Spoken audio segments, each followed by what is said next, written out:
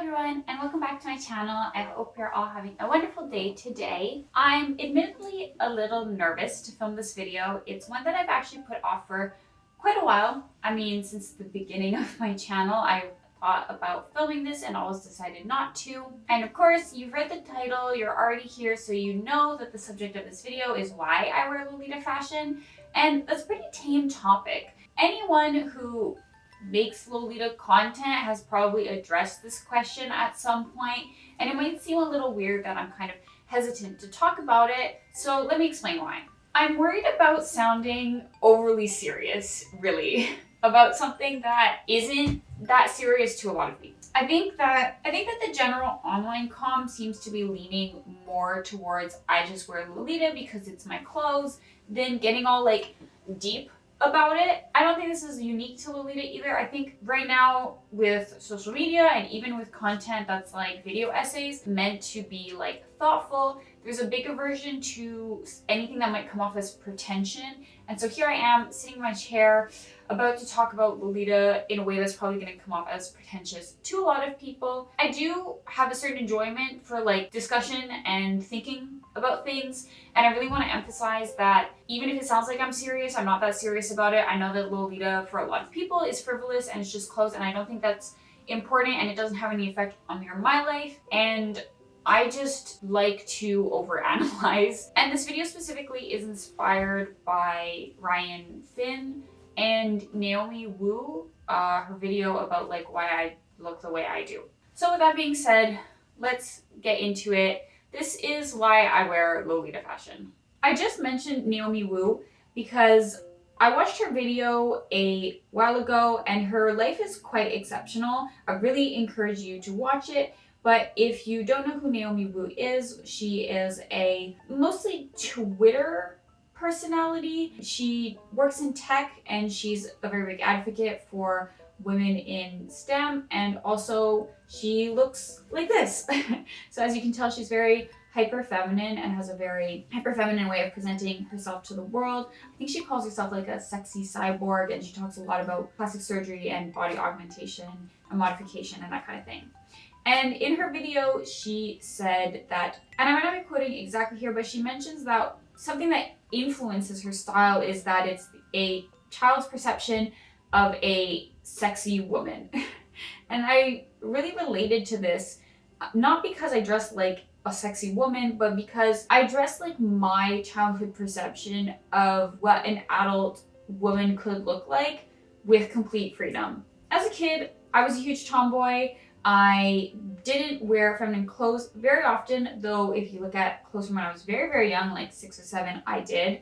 But as I entered like my tween years, I got more and more tomboyish, and I associated myself more closely with masculinity and boys, even though I had way more girlfriends. To be honest, psychoanalyzing myself as an adult, looking back on me as a kid, I didn't really feel like I fit in with the concept of being a girl or being a woman because of my personality and my attraction to other girls. But I was very loud.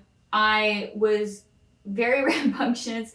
I was very hyperactive as a kid, and mostly I saw other boys acting like that, and mostly I saw adults diverting girls from acting like that.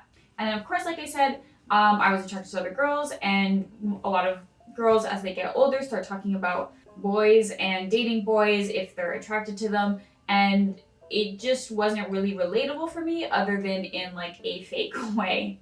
But I didn't necessarily like want to be tomboy or want to be masculine. Like I said, I had way more friends who are girls, and I actually didn't relate to what boys were interested in that much. Like I didn't have any interest in, you know, the stereotypical things that kids talk about, like dinosaurs or trucks or whatever. I'm oversimplifying here, but I still really was interested in girly things like clothes and every toy and movie and thing that is marketed to young girls. I was interested in it. I just didn't want people to know because I didn't really think that kind of thing like belonged to me. So my perception of an adult woman was someone who had freedom, right? She could dress how she wanted, she could act how she wanted.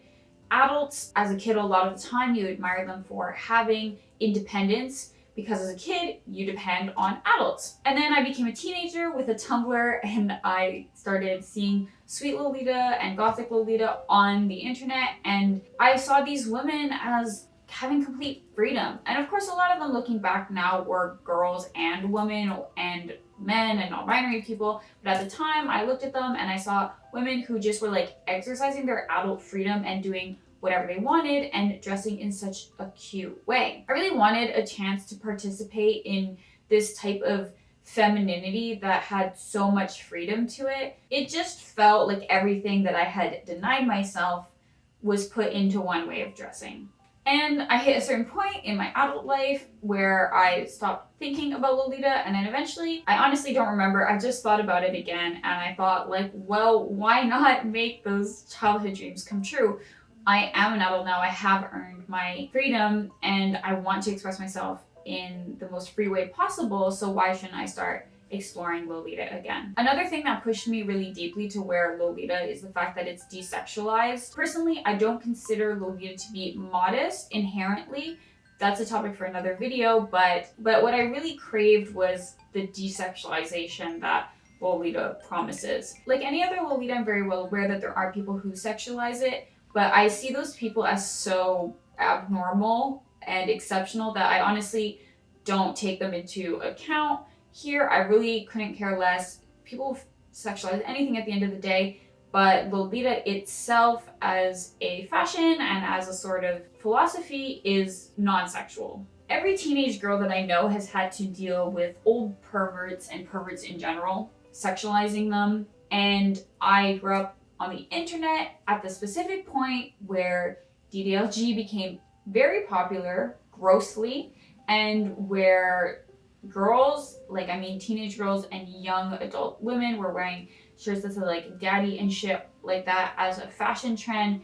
Tumblr era, Lana Del Rey era, if you were there, you know what I'm talking about. And I did really feel like that's what I was supposed to aspire to. I was really into like Y2K fashion at the time, and I had a big desire to be fashionable or to follow some type of trend or some type of community, serve a look every now and then. But it was just so uncomfortable to follow these trends that leaned towards short shorts, mini skirts, crop tops, exposed midriffs, exposed cleavage and everything as a teenage girl who had complete disgust towards getting sexual gazes and getting looked at sexually. I was very aware because I was big, into feminism. I'm not saying it was a phase or anything. I'm still big into feminism now, but as a teenager, that's when I started understanding it better.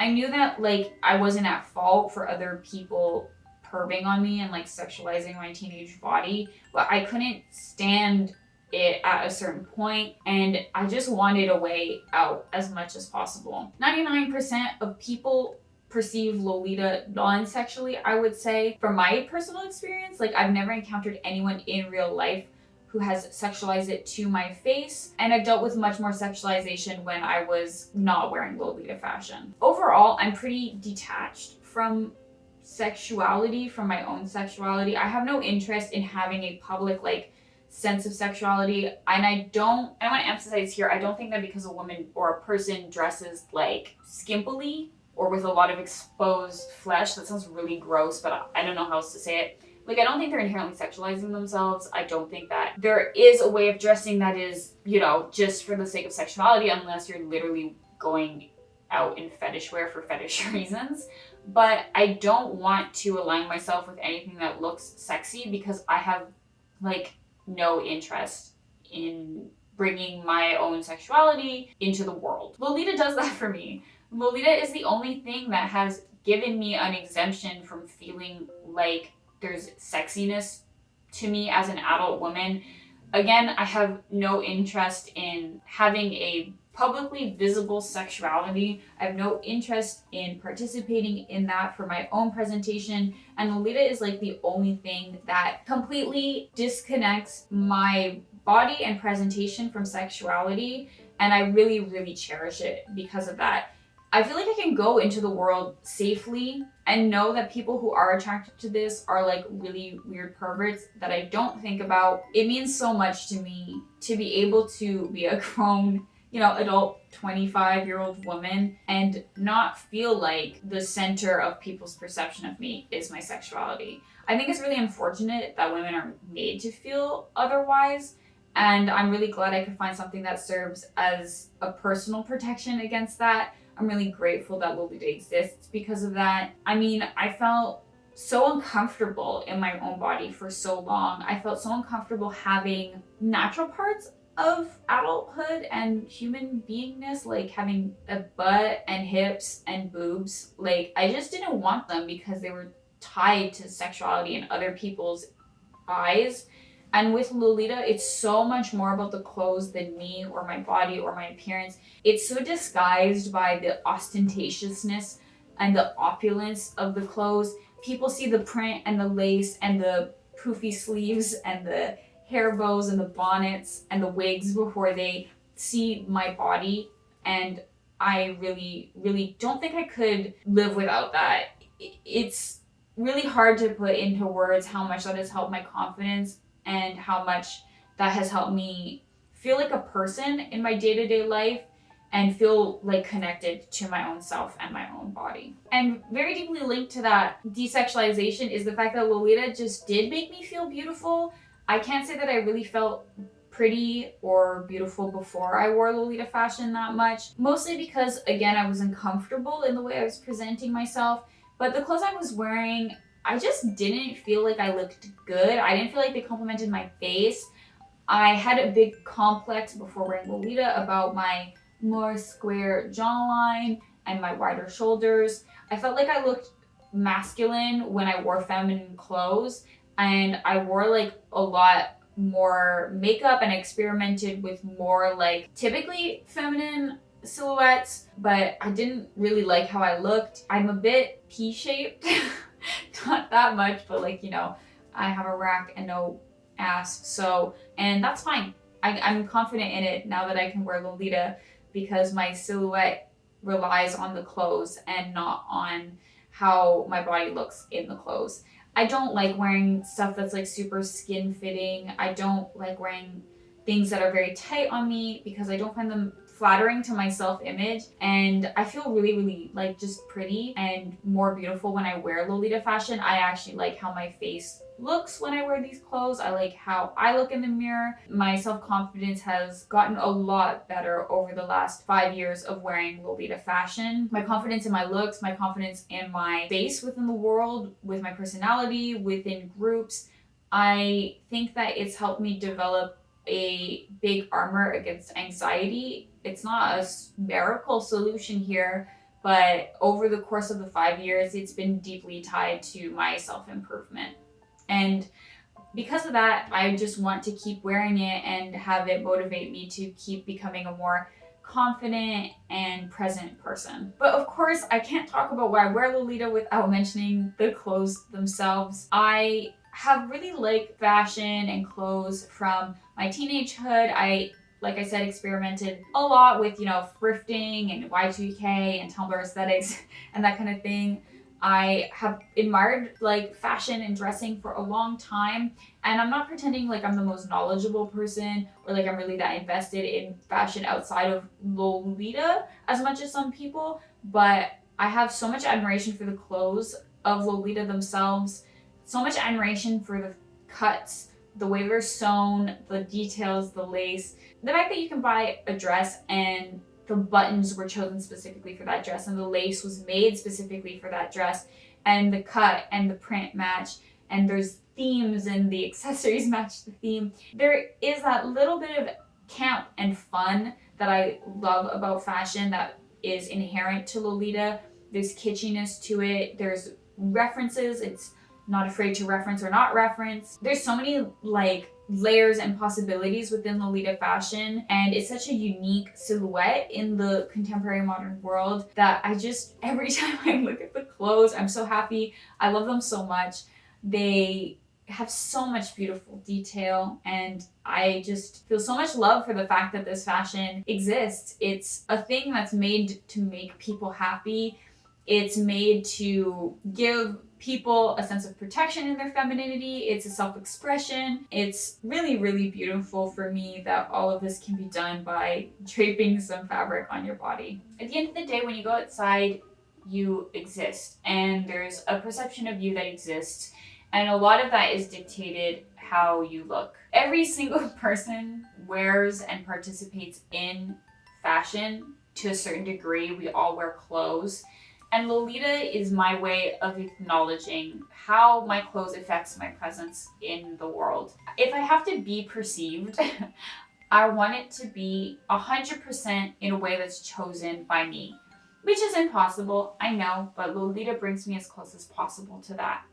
I'm so much happier knowing that people might look at me and see someone weird and incomprehensible and over the top, but that everything I'm presenting is my choice. Lolita has really freed me from a desire to fit in. It's really freed me from a desire to be a conventional woman and to play by the rules of what's determined in society for women and for womanhood.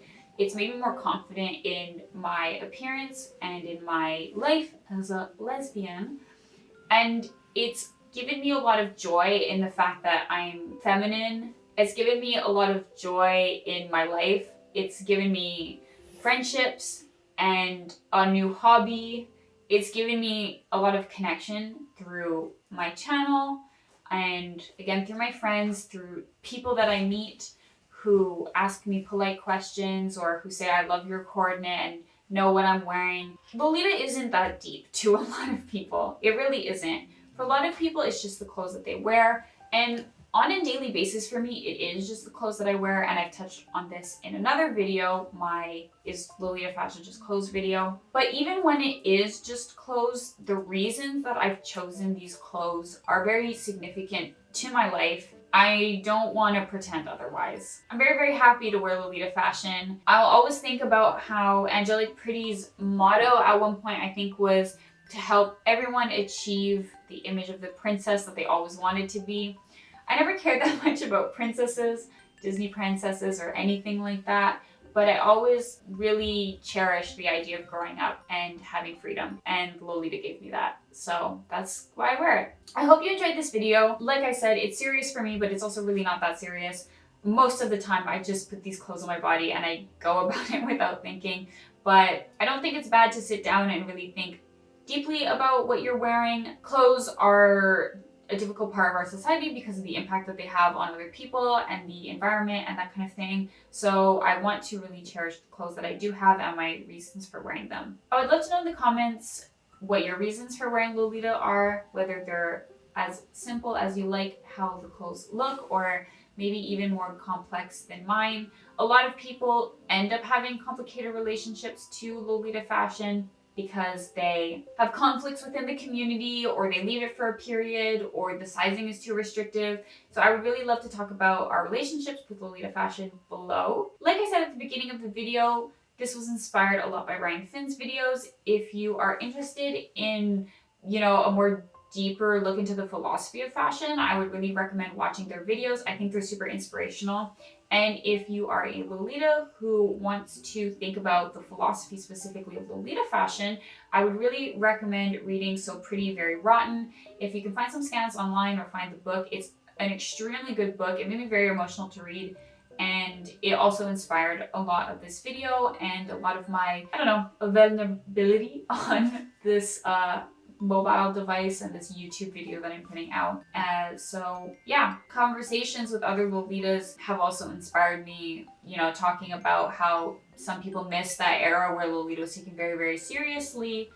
And I wanted to bring my perspective on that and bring a little bit of it back into my channel. Enough rambling from me. I really hope you have a wonderful day, and I will see you in my next video. Until then, bye bye.